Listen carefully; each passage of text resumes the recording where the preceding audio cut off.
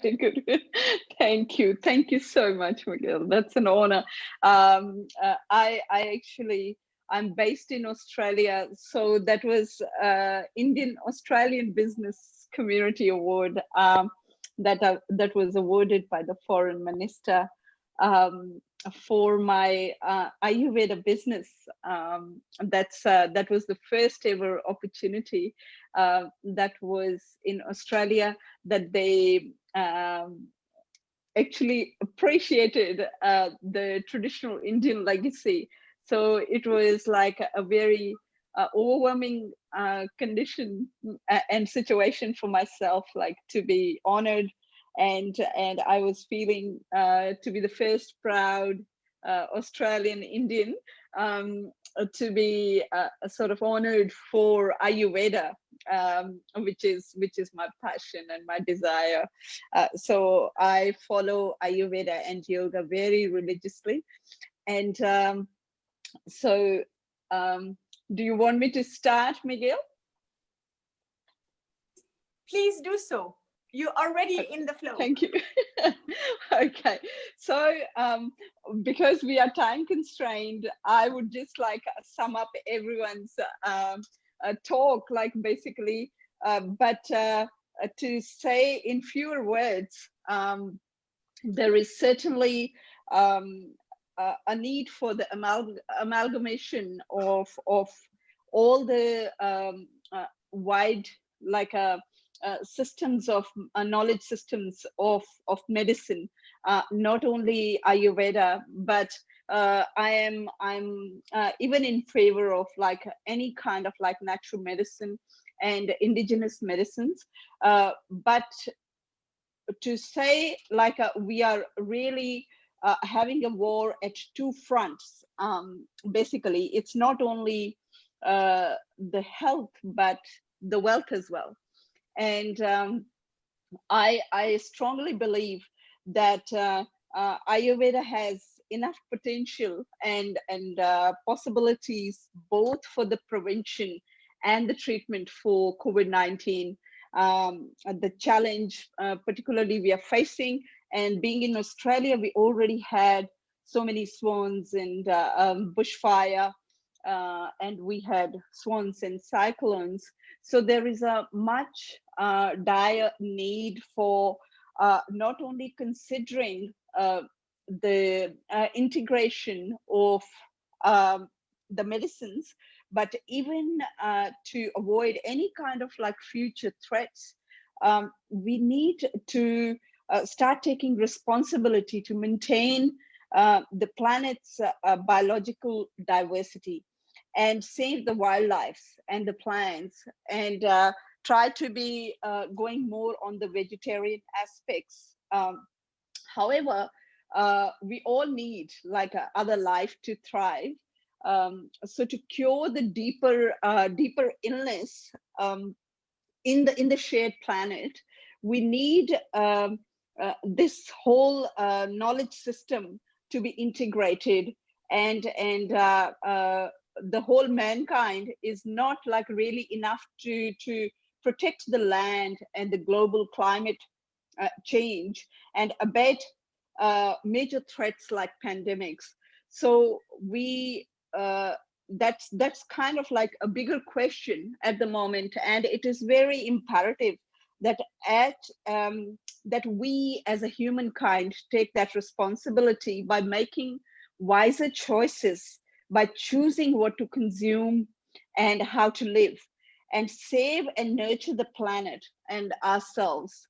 So because we, as we are all familiar, the species or the biodiversity, it's going to become extinct and will be entering. So we the only way to avoid like this deeper crisis is to avoid and save the not only the species by saving our distinctive wildlife and the plants, but the even overall, like in UK, as it's a like a such an honor and a proud thing that Amarjit ji is doing such a great work and putting so much effort to get this system into the main public health system.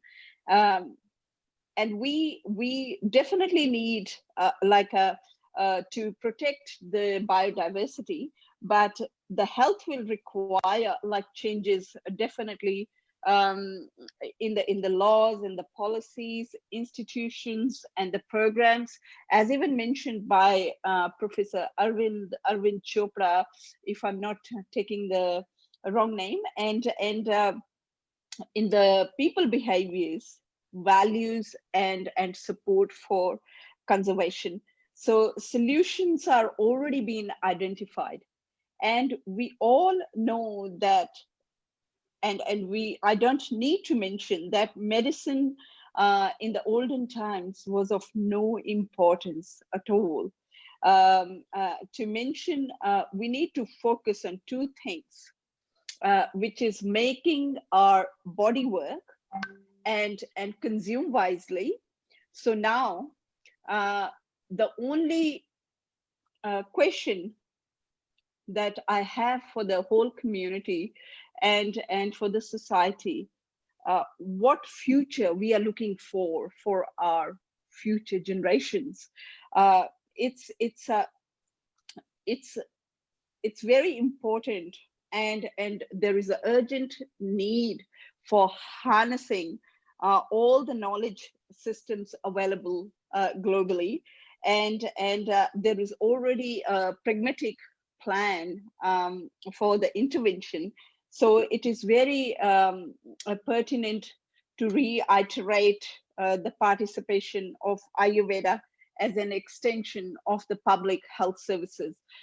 So therefore, even in Australia, um, we believe we really need this sort of system, and a knowledge-based system where we can integrate the two systems to bring benefit and advantage to the whole community.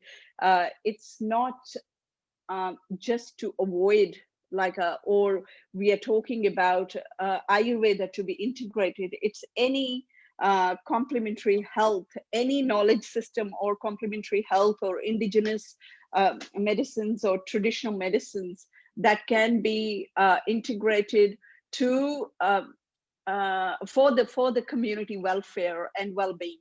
So with all this COVID outbreak, there is a big shift in paradigm, and the consciousness is needed.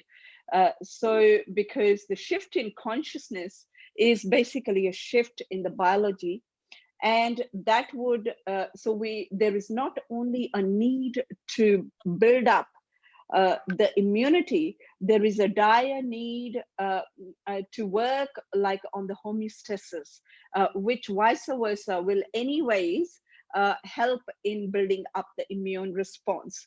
So there is a mindset, right?